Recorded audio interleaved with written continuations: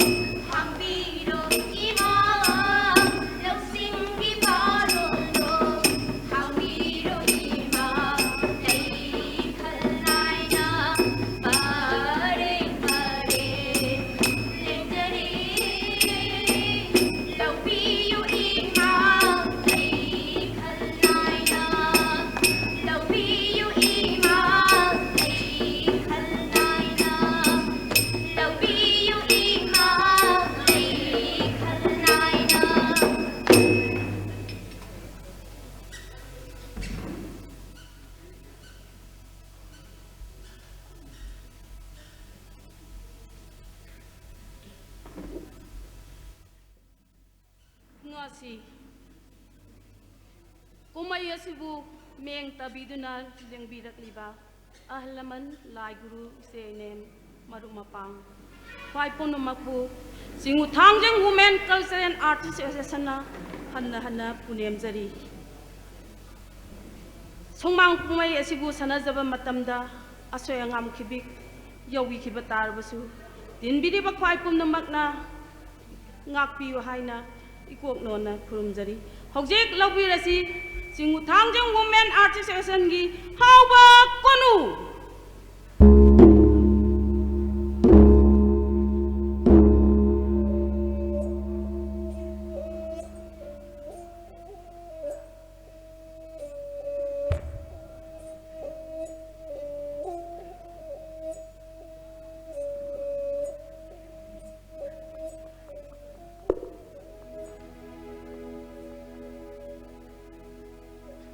Idairem Atsanba Iningtho Hoyon Nazariba Soyado Ningtho Ingonda Kutlu Haiba Yawa Pokta Urabra Pokta Urado Kuri Yawa Pokta Yawa Pigai Sengo Hoyangamba Iningtho Hoyon Nazariba Soyado Ining thong pat hai hoya darap tare do ining Kali Adu di angamba Koyon chagai tom na yabi laura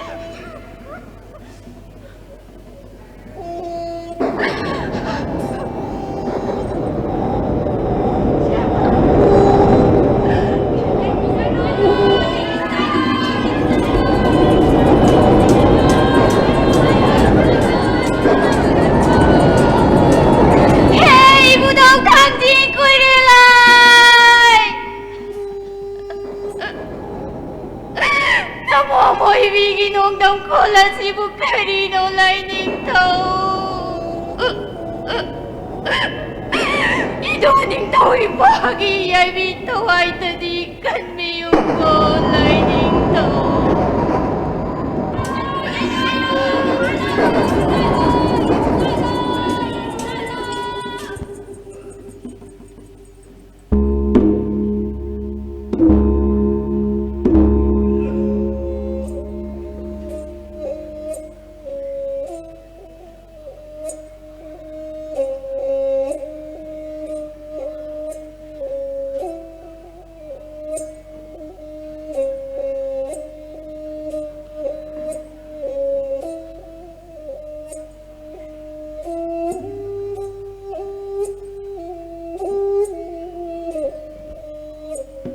Kege morang lay pakta.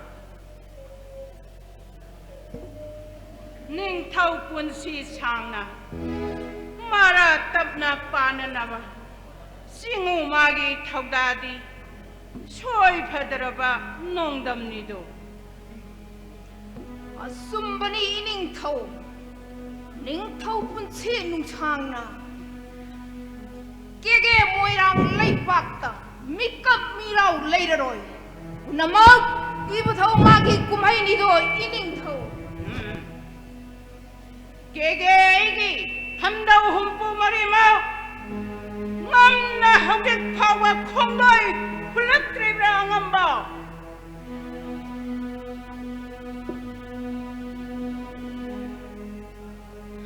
Ining thau. Hai riba yawa simon sida kongdo ihun tamjara redo ining thau. Ai buloy ba lay ma ba? Anai buloy ba ining thau. Kumchi kumja harau ba ache. Ang achi gathana parau tara mangani parak lay. Yai para ba kumja sida. Igudau magi magaida. Lay ba kumjau lay chau na ba. Ning thau kunchi chang na ba. Lay ba miyam pummana. Igudau magi kuya thada. Punem jarasi ining thau. Iralengi yawa na pau tabada ning thau oiba aihak pai makai na peredo ngasi kurau nungidi iran yaida bu khongnoi hun tam lasido Hagani do ining thau.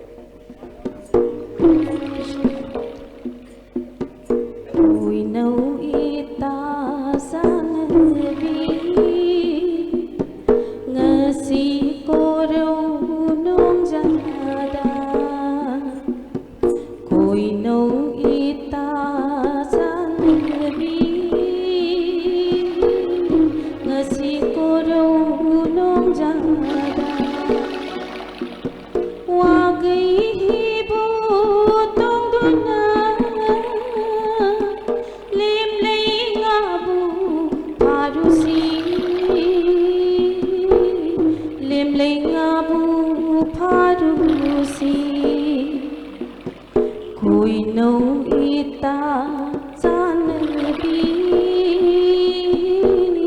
ngasi korau nong jada wagai hibu tong dona lim ling abu parusi lim ling abu parusi lim ling abu parusi ho haya haya haya re haya haya ho haya haya haya re haya haya karangi di sing jinda lim ling apha thimda karangi di sing jinda lim ling apha thimti tunggul than ba tan si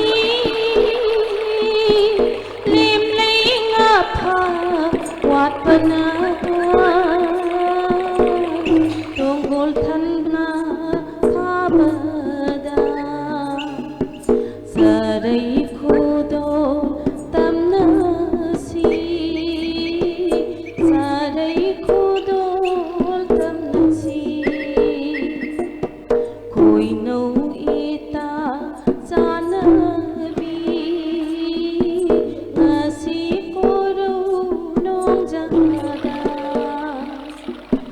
wagai hibu tong dona lim ling abu parusi lim ling abu parusi ho haya haya haya re haya haya ho haya haya haya re haya haya sarai khudo tamna si wasa parai thamna si ningol wasa ngakraba nung si wai thung da oi sanu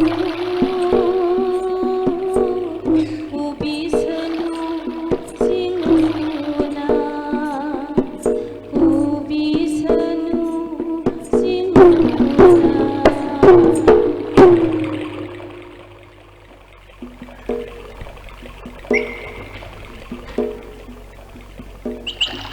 Pinawita sana Bicol.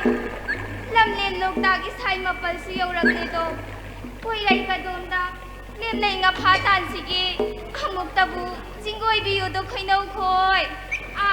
Khoinau khoi. Lamne ni thin jing jinda. Ngai ha kungoi kharadang yeng kisi do. Nati khoinau. Yengo khoinau. Puirai karang lamdamgi. Yena yili su haudaba lai zai sing tana irang lang hithang pham su saraba puirai mapham asida oina khsana se khoino ita kunugi yawasina asumbadi oirani do khoino wanglen matam su thengkhini tanna khongdoi hullasi limnai nga phatam lasi ho limnai hen batanasi tanasi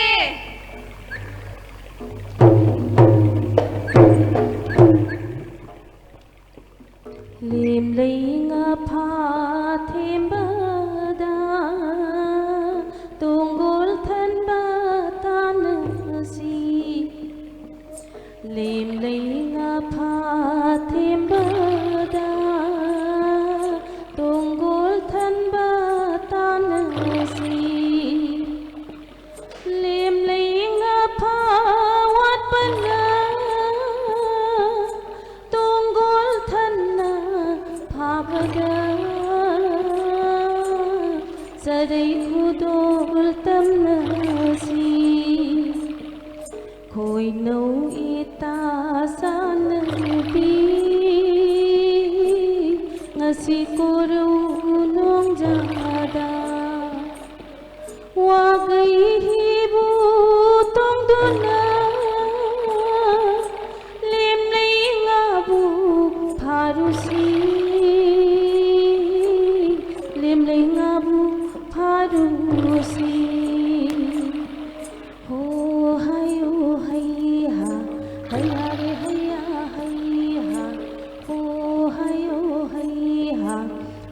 रे हैया हैया हो हयो हैया हैया रे हैया हैया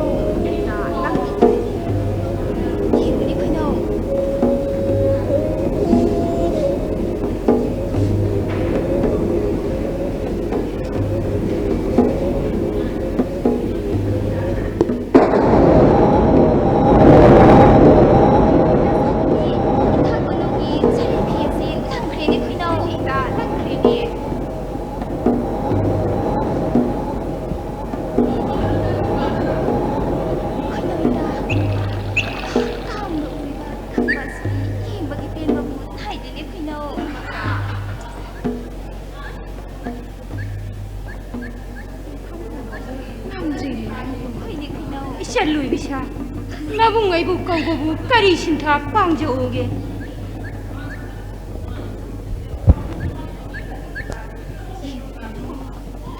ꯇꯝꯕ ꯑꯁꯤ ꯑꯣꯏꯕ ꯇꯥꯏ ꯈꯣꯝꯂꯦꯟ ꯑꯩꯒꯤ ꯃꯪꯂꯥꯟꯁꯥꯗ ꯇꯠꯇꯅ ꯎꯈꯤꯕ ꯆꯤꯡꯎ ꯈꯨꯌꯨꯝ ꯂꯥꯏꯑꯣ ꯂꯥꯏꯅꯤꯡꯊꯧ ꯅꯅꯥꯏꯅꯁꯨꯒꯤ ꯅꯤꯡꯕ ꯑꯁꯤꯇꯗꯤ ꯊꯨꯡꯍꯟꯕꯤꯌꯨꯀꯣ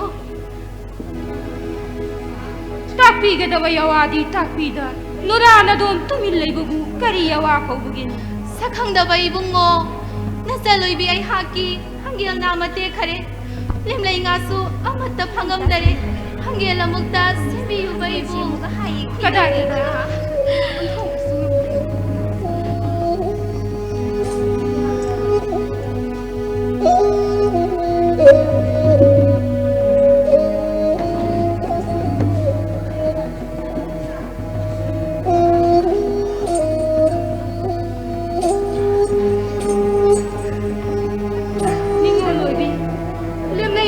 ꯐꯥꯖꯔꯣꯗꯣ ꯇꯝꯕ ꯑꯣꯏꯕ ꯑꯩꯍꯥꯛꯀꯤ ꯏꯔꯥꯟ ꯌꯥꯏꯗꯕꯗ ꯍꯜꯋꯥꯏꯔꯒꯤꯗꯣ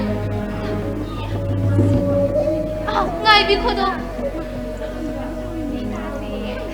ꯅꯤꯡꯉꯣꯜꯂꯣꯏꯕꯤ ꯑꯩꯍꯥꯛꯀꯤ ꯃꯇꯤꯛ ꯆꯥꯕ ꯈꯣꯡꯍꯥ ꯂꯩꯖꯗꯦ ꯅꯤꯡꯉꯣꯜ ꯈꯨꯠꯇ ꯁꯤꯔꯤꯕ ꯈꯨꯗꯣꯞ ꯑꯁꯦ ꯈꯨꯗꯣꯜ ꯑꯣꯏꯅ ꯂꯧꯕꯤꯌꯨꯗꯣ ꯏꯕꯨꯡ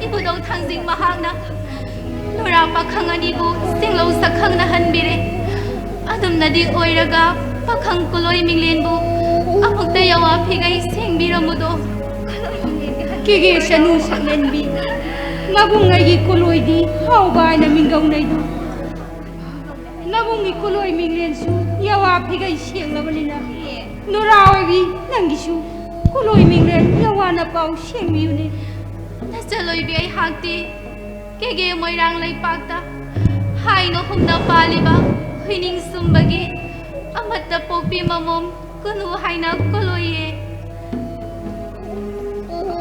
adudi nura pa khanganisu sianglaw siya khang narabanina karigong mawanglenda nura pa khangamu unakisiko ngasigidi nayum mo manarang yayda halway rodo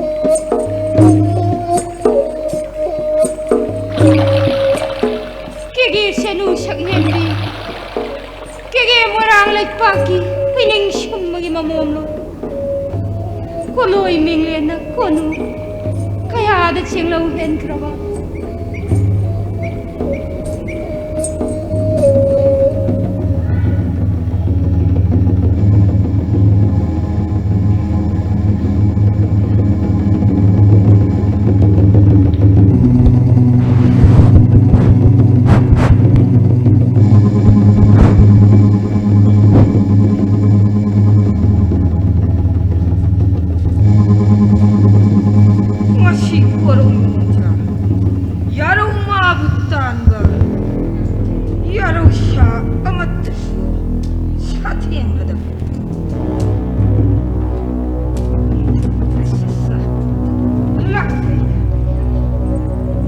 ꯌꯥꯔꯧꯁꯥ ꯑꯃꯠꯇ ꯐꯥꯗꯅ ꯏꯌꯨꯝ ꯃꯥꯏꯀꯩ ꯄꯥꯡꯕꯗꯤ ꯈꯣꯏꯅꯤꯡ ꯁꯨꯝꯕ ꯑꯩꯍꯥꯛꯀꯤ ꯇꯥꯡꯁꯨ ꯐꯤꯌꯨ ꯑꯗꯨꯅꯤ ꯑꯩ ꯍꯧꯖꯤꯛ ꯀꯔꯤ ꯇꯧꯕ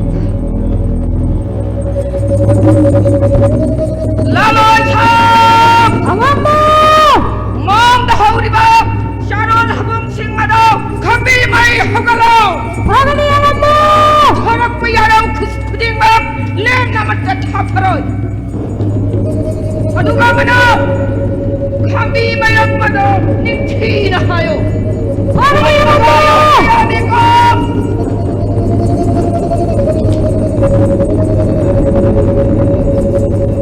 ꯑꯉꯝꯕ ꯈꯝꯕꯤ ꯃꯌꯝ ꯍꯥꯏꯒꯅꯤ ꯈꯝꯕꯤ ꯃꯌꯝ ꯑꯗꯨ ꯍꯥꯏꯕ ꯂꯣꯏꯔꯕꯅꯤ ꯈꯝꯕꯤ ꯃꯩ ꯊꯥꯒꯠꯂꯣ ꯐꯒꯅꯤ ꯑꯉꯝꯕ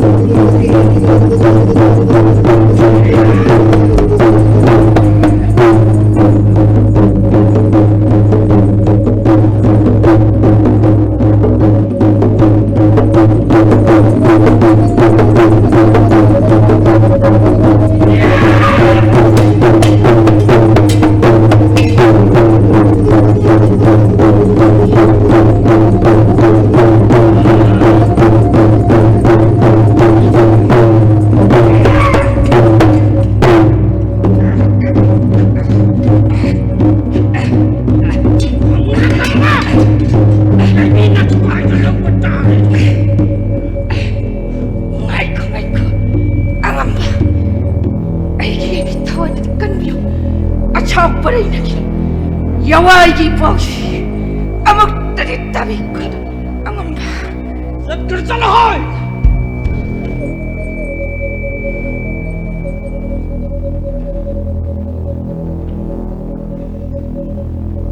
Kami mati akan, malang mana humda, mayam lan sekian itu angam.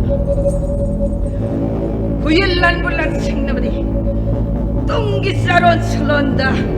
Paray kisi oyurani. Adunda.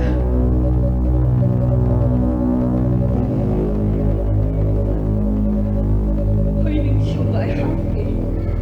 nai tampopi imong langlit kun kau menengin nagaida awang awun tamduna karai takdan lehang layong lay dekat segitu ngai sien boy nasi kasu thanglet hanjin biudo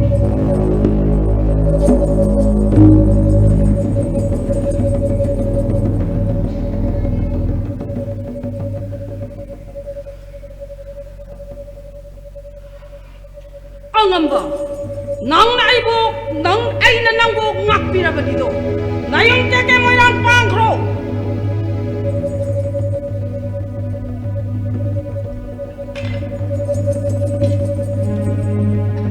ngai ko angamba hai na kiba yawana are pani khangmudo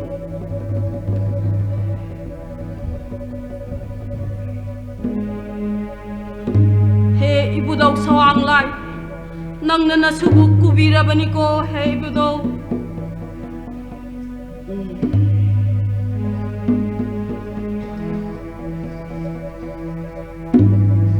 ke ningol huining sumbagi mamom loi konu kau bai gitta loi singda sallaga daba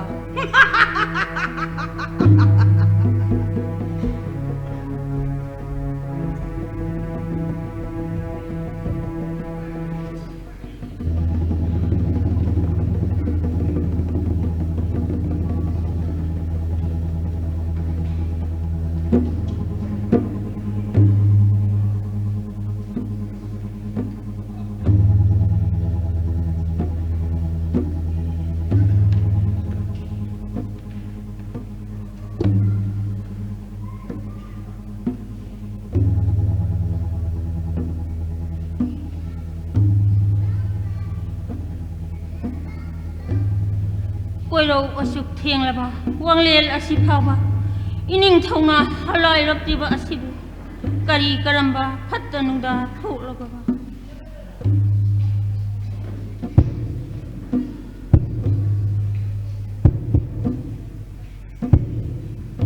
huining sumbi aigi sayeng pambom asina karigi asuk kana sungligaba he singuba na afaba nungdam mapta tambi uko helai ning thau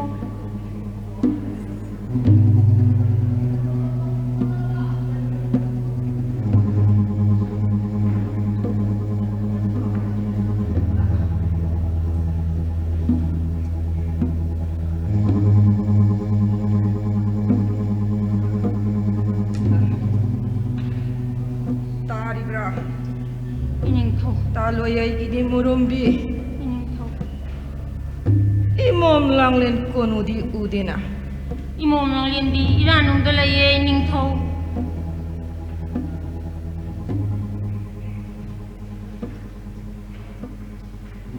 imagi imom langlen kono panthau na pa khongdoi la e mapalang da tholau ne imom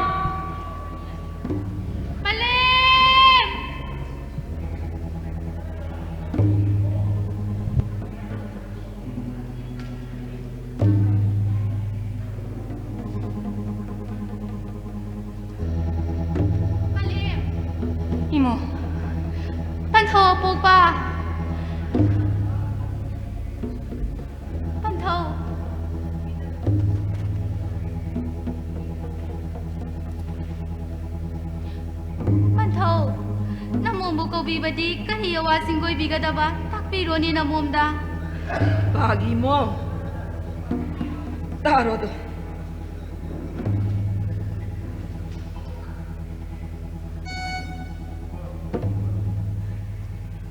ngasi kauba nunggasoy yaraw mabutan bada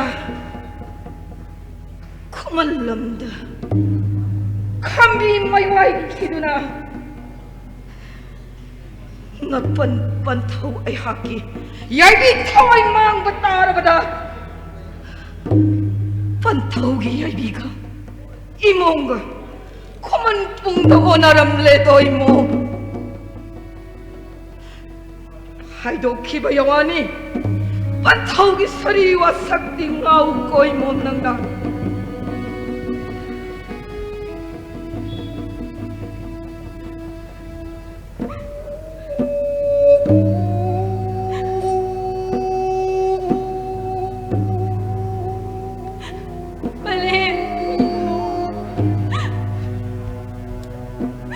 Palemi mapoki. Pantawgi yawasi ko. Namomi kayo ay nasigay niya poki. Kamanpong na namohongam jaroy. Sakang na mamagi magkada namohongam jaroy ni Pale. Namohongam jaroy. Pale mo kayo.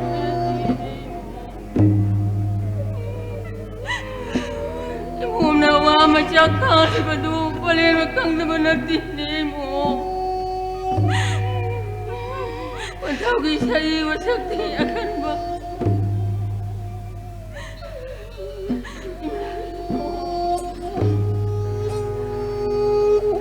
Kiki, watuku na ba? Wala watuku lakta na ba? Imuam naman naman inada na. Paam na ba maging da? Unsi ilay pun mo rokoy. Nati Palem. Palem, ano umabot tiyem lo ka ba Palem? Namon kumabong na kamsaroy ni Apo Pi. Namon kamsaroy. Ba't umabot tiyem lo Palem?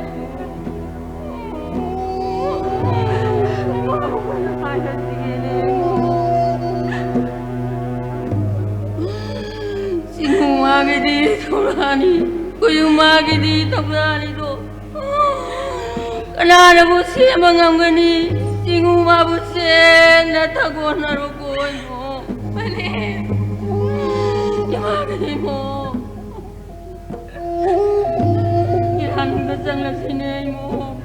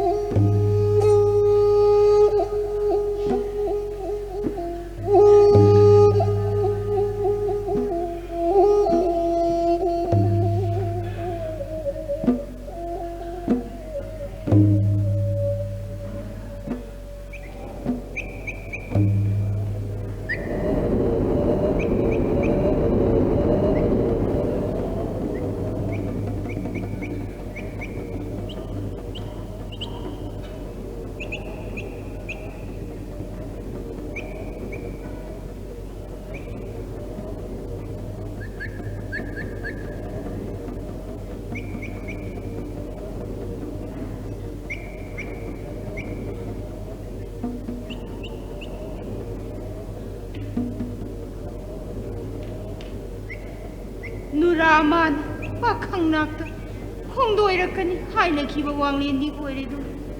Korang na naraluarak lang si Pao, kung doirak triba sina, pakang ngayi, pay mo umbiya si, nungon kreda.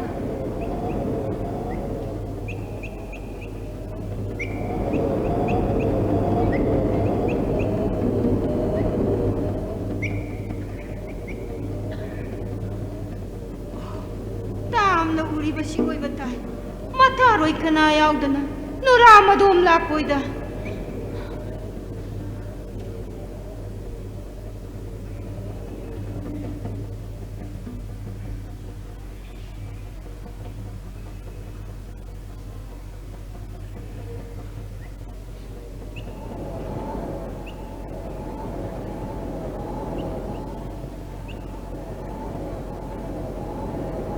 Isabi, Shano.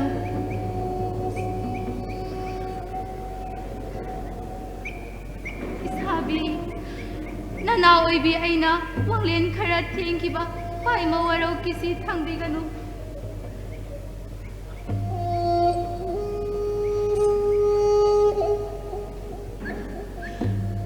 Ngasi ko raw nung gasoy, warak jet papantaugi. Aki tuzong narabayawana, nura ay gipay mase, untok na bu nungoli doy sabi. Shara masila iba na, nura ay na, kung aw karat tingki ba ni.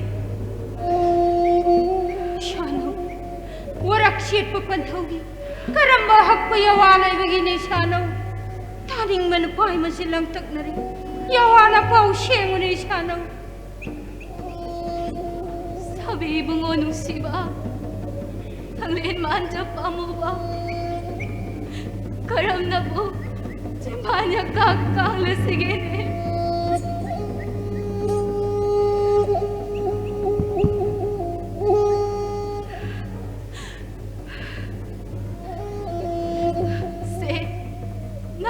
nangna taro do isabi. Adungay pantaw mana yaraw sabutan mada yaraw madi padra mada kami may buta kido kami madi akan ba may ramla na chat kibana kuman magay daw kido asaw kami may haura ba kuman ka bumahaki kuman mabutim laga amat na po pimamom kunubo pantaw mana taja maningtam lagikkan wasak paray tang krini sabi Nati siya no. Yawado ko. Nasabi ay nagkaram no hayagan ni siya no.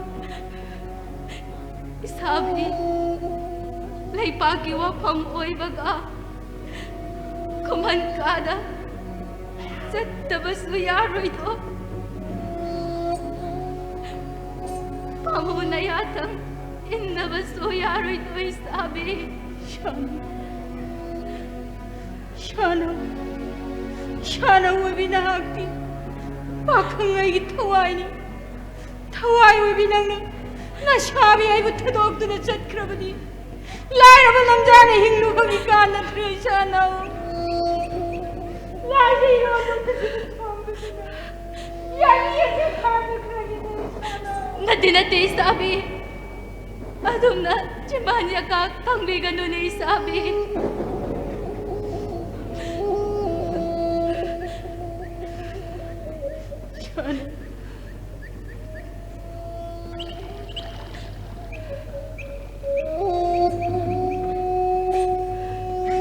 Pantawiyos, wasak siyat pa pantawiyawab.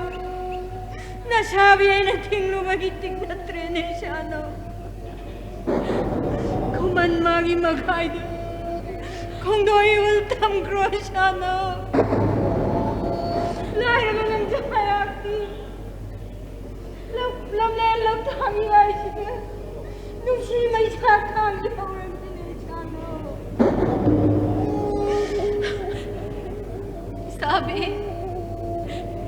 Isabi nang nanaoy biyay hagi lipam na pigi ba kamo nanggi nungsi ko dose tabong masing ang lalini sabi kari ko pa maglinda tausing mana taibang kaurak labadi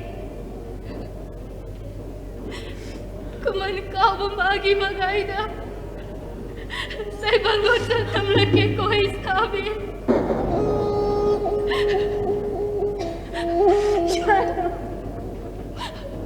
adam na di ko ay naga amo na sa klon nangagi kada kung do'y biraw ko amo ba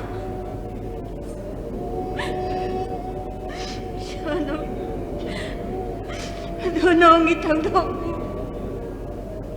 Bahay mo nang gasyen na tago na. Tamlagi ko siya na. Kagi ka na ukaga. Marang ka na tagraga siya na lang. Lamkit pinising ko ay nakininin siya. Kung kam na may tamkro.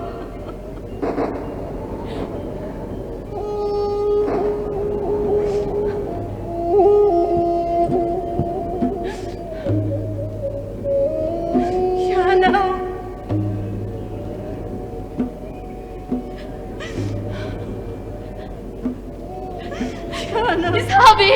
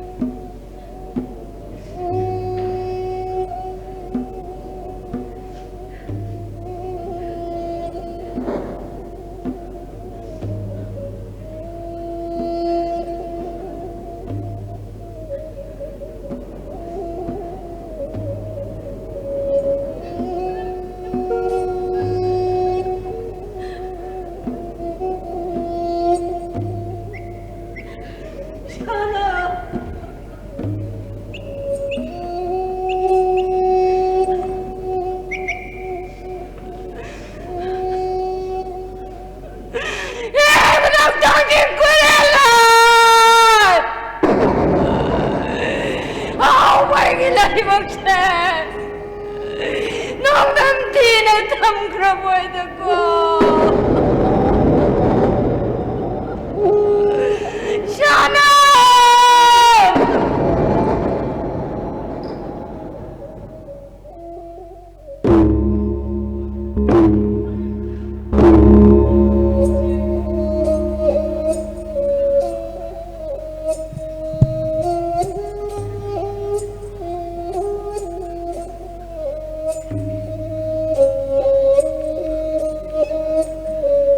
Idairem asanba khoyom laipau tamludu laipaki kari karamba yawa laibage kege moirang laipak ase khunjau lai chawrakpa kumja kumon yamlakledu ukon changon okna pik than khredu huikap jingchang anan nan phau maring na huyel landarak pasu lai khidredu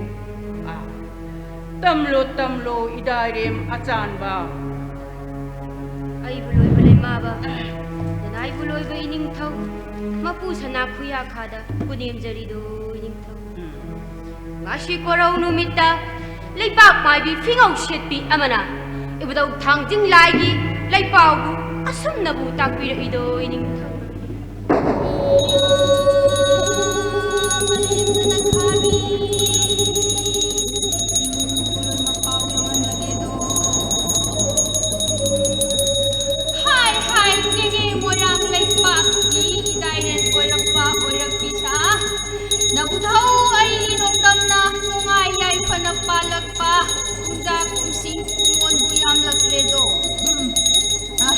Adumati oire hayaga idairen oirakpa oirakpisa singu thauda thauram kauna loidam phabu kharagi matunda ege moiranga awa ana taharagani do pickup mira khot chalagani do naudau aina inga khona dinga lakke ikhan khona dikalakke adumati oire hayaga idairen oirakpa oirakpisa khoyon sagai di tangma wonba amagu devi teksa wa khomsom halabadi yege moyang chaho wa homagani taibak koirak pa koirak bisa na thau aina kapa top top na piram labani do sido ini khoyom magi kumai ni do taibang oiba ai khoina khoyongi thauda natana atai upai laitido karam tawni angamba kege marang laipakta khoyona matasu maru ihun tangkhidarido hare adudi angamba karigumba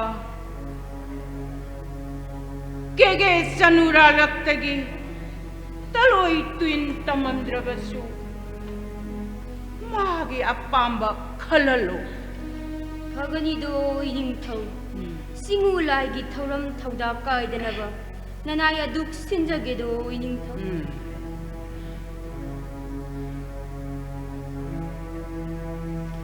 ipagi mo mandi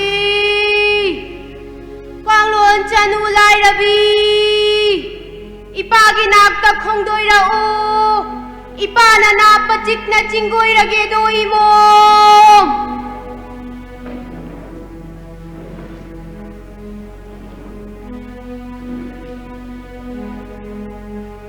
Panthawa popa namo mai bu yawami kau bu kari lai bage ni panthau ai bu loi ba lai ma ba nanai bu loi ba ning thau namo na kunen jari do imo mandi ibema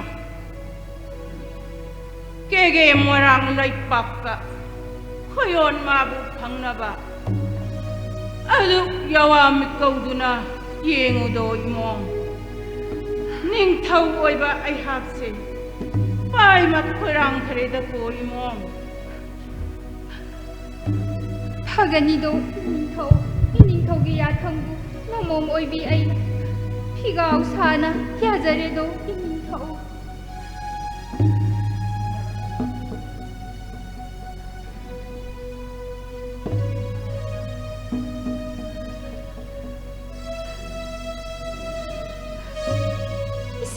이도 닝ꯊꯧ 하다 코이온 동보 나지마이기 여와세 따라바디 이도 닝ꯊꯧ기 생lau saktamsu urakdaba kumja kumsingsu yamlakledo yawa na pausu tadaba kumja kumsing yamsilakleni ido 닝ꯊꯧ nasimaigi yawase tarabadi nasimaigi nakta yangdo kongdo ihul tamlakloni ido 닝ꯊꯧ Palam sakpisyamhan Palam sakpisyamhan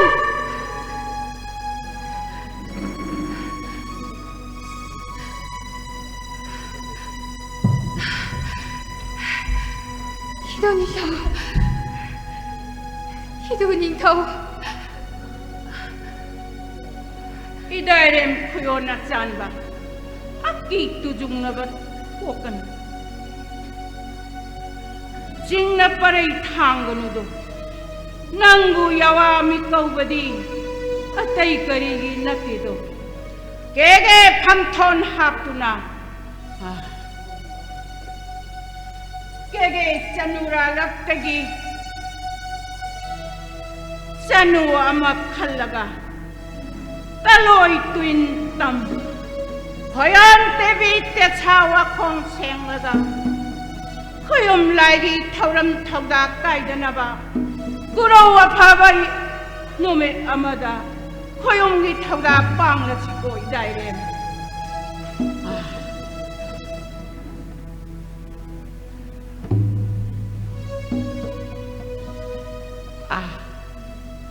Ikai sengoi naganudo Idairem gi laptop lakoi laitana aduk jingoi une Ani buloi balai mawa nadai buloi bai ning thau yo labada ngati la labada kandi kege morang lai kwakna nadai lem na pamdawa kege ningo lamat yaudre do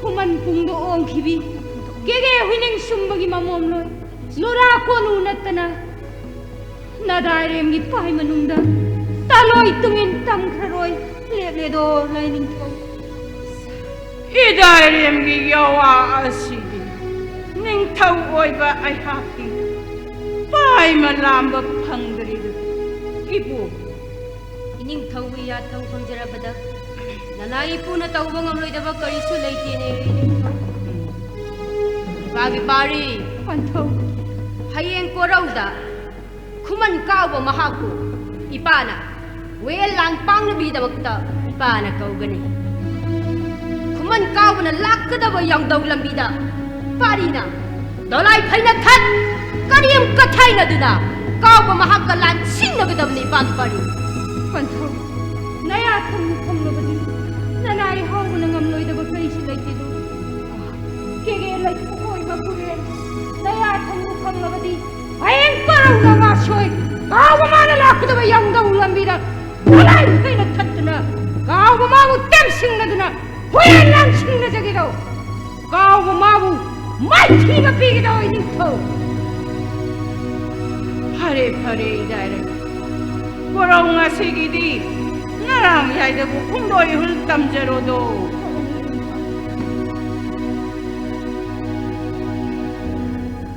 Ibu kundoi hultam lase thagani ining thau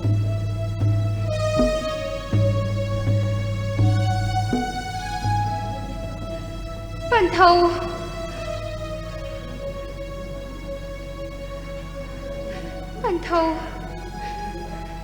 Namomda tariba yawasibu kari yawabu kaubagini panthau Hidu ning thau lairabase kuman kaubagi makutta Yaibi mangba thoklabadi namomdi mangjari do panthau Kali mom pai mapukning shon thaganu jingna parai thado ibadau thangjing mabu ithanungda chekna thagono ibadau thangjing mana bu chanbirabadi kuman kawa mahakna pari mahakpo mai thiba piba ngamloine imom panthau Iranungda changlasi mom.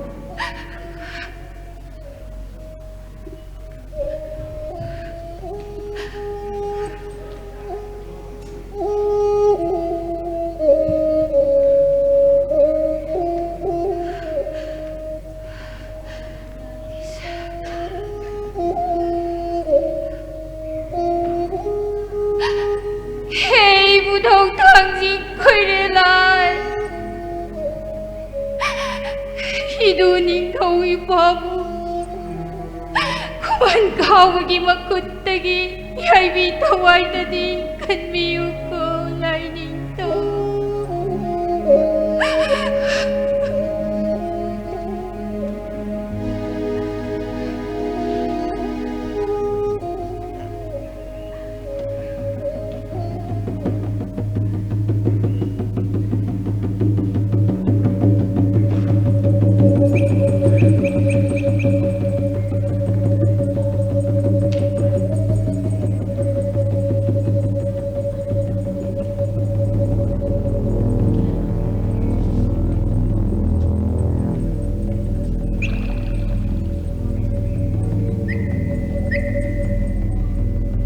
Ngasi korang nanggasoi.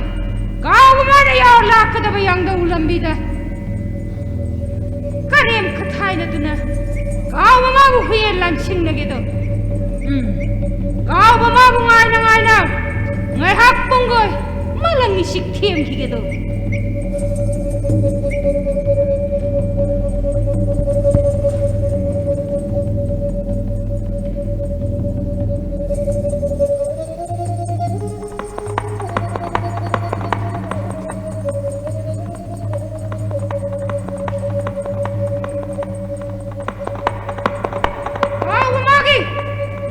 Shagun makhon di tarak le.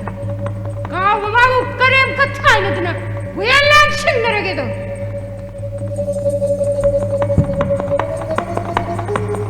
Kege chano saghen me. Marang ni ngalo sing me. Nang na kuman kong dong bali. Nasabi kuyo alay mo kariyo yung sige. Shama! Ay! Keke masakanano. Keke ningon. Kau pai di irum bigi koloi melen thadulai saisap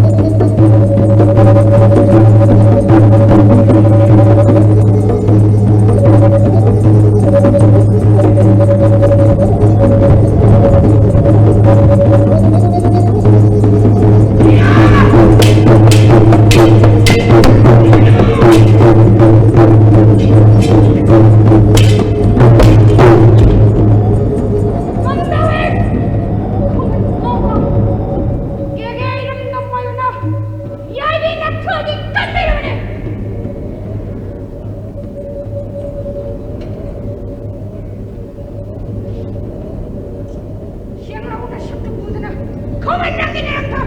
Halwaro ikaw mo. Walang sila ni. Nangyay po naman. Kamay mo!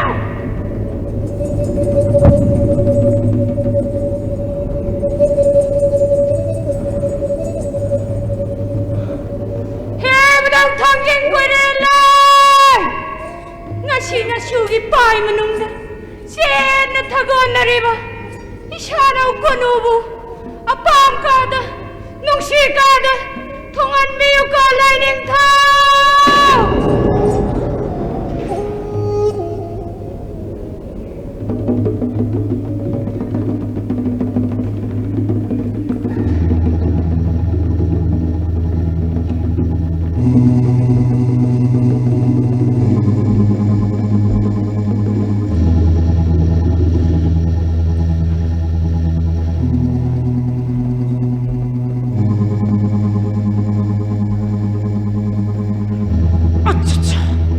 Laksaiga!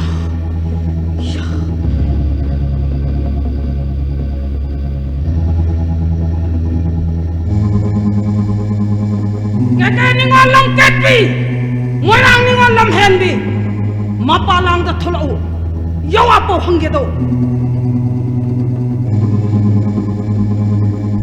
Kau mo ay ba? Taway usit na masyari!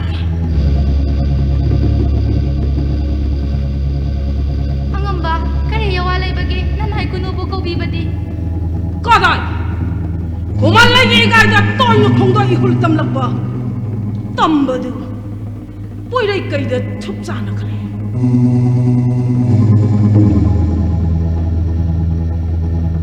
Yawa pigay sengo!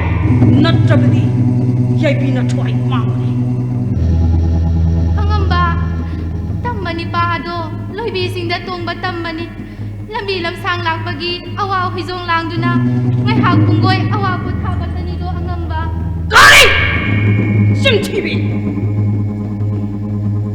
Nang nahay ba yawa da? Kaway ka tamay si pet kan kanbra! Lamket pi! Hayrang lo jasa! Layang lo jensen! Ok tabi nang nasak balisan po. Kaway nagkadili uray kanloy kanbra! Sakray salaw! Na yung keke mo irangga. Nagkabili! Yay bito ay lawani. Nati angamba, nanay kunugi yawasi, amok tadi tabi ko ni angamba. Iya! Mas namatay na lahat! Ay di ko tutang na sino! Yay binatuay do ang lawdi ngay! Kaya may ang libakbang ko! Sakray salahoy! Nagkit mi!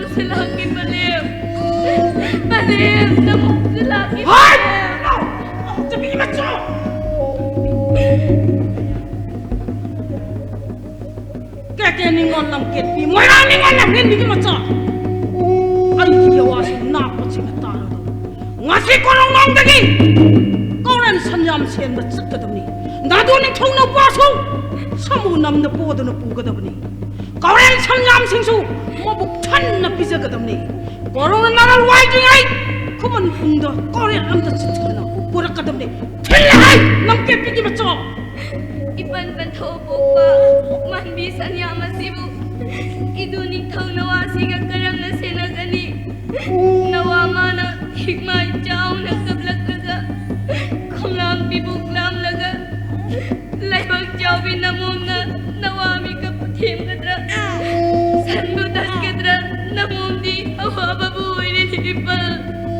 Kare nawama sa sinasu. Kawai na chitthanta arang na kusai. Yaibi na thoi macha du mangning jabde. Korean samyam sen na chalo. Nadu nang thung na pasu pupo. Thilai lamte pigi macho. Ipan pantho namum chacharagi asaw khambi mahmud piro. Lamte pigi macho sidi.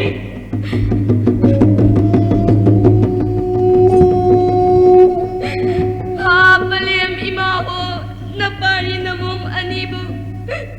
Kahiya suwahan bibagye.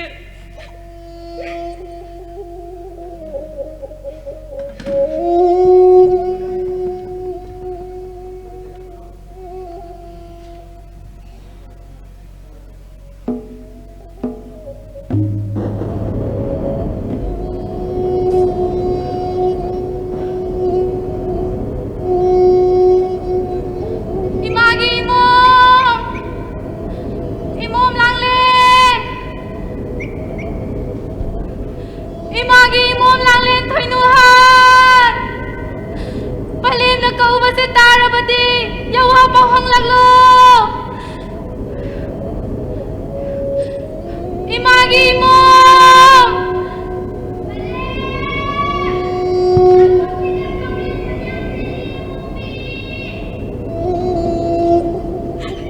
Imom mana kaurin samyam sila ba? Palim!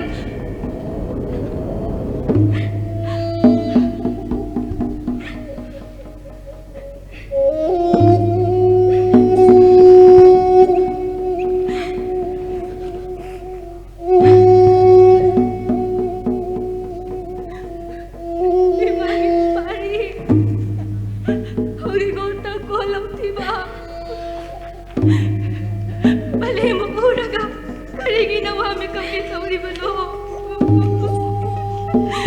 Tuga pari! Palim lagli! Pari jagi naman! Palim na! Kumlang tibok lam labagkan! Palim git kumlang mapunsin na tama! Nasim na sinaronggi ko pari! Palim!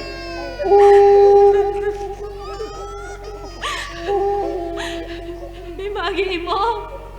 Palim! Imom nali! Palim di! Pari imom maniga! Matapsang na lahinaw! Tamramot! Palim! Hingo imom! Pari imom anina! Karigong pawanglinda! Paligid kong baligid kalabadi! Hingo! Yang daw lami asom na! Asom jalaga! Laisa turela Jehova amang panggani! Turela dubo lalabadi! Kagilam dam yaurabani! Asom na asom! Yet oy lalaga! Kagi mo na lugtag pati! Oy na nalihaw ganito! Asumkay na lang pa na! Kagi mo lang laisol kay Til Panggani! Kay Til anubo kang labadi! Palimgi kuloy kang naba! Kanasulay ro'y koy mo! Palim!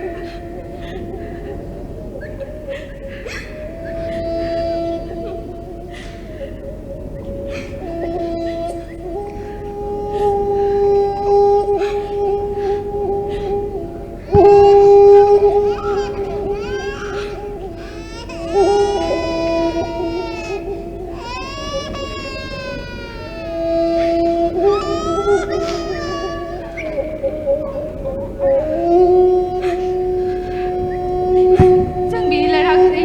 kumlang ase. Nadunik taong nawama na kumlang pibok lang na bakat. Ibagi mo.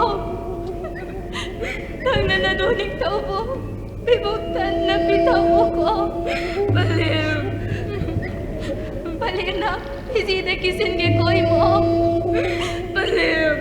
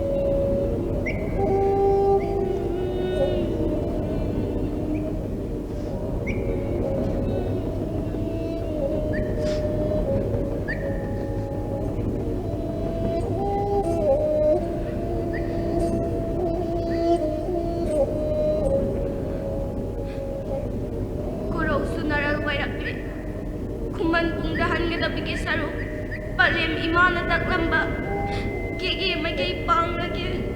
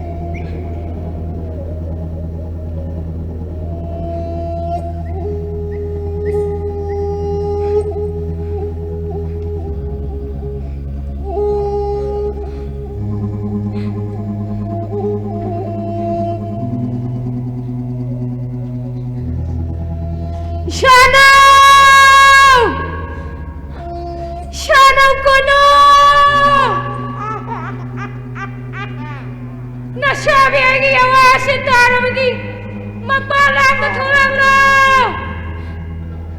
ꯁꯣꯏꯅ ꯀꯦꯜꯂꯨꯔꯕ ꯂꯤꯛꯂꯥꯡ ꯄꯔꯦꯡ ꯄꯨꯔꯛꯂꯤꯅꯤ ꯏꯁꯥꯅ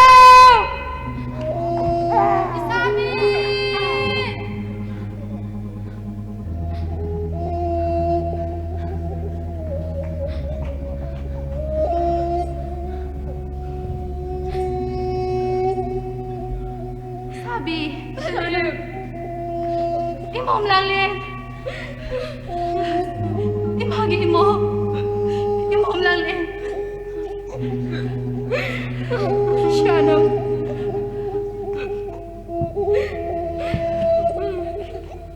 Imagi pari!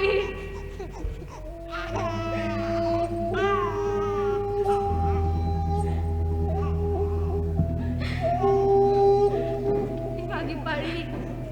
Nawami ka ba to? Palingga ko lang mayong talaga na ba ni? Tuloy imagi pari! Tulo. Shana Soyay na nagkilurabang liglang pareng asi singawa na mo kuwido na sinmiri ni Shana Sabi! Shana na kumahiyo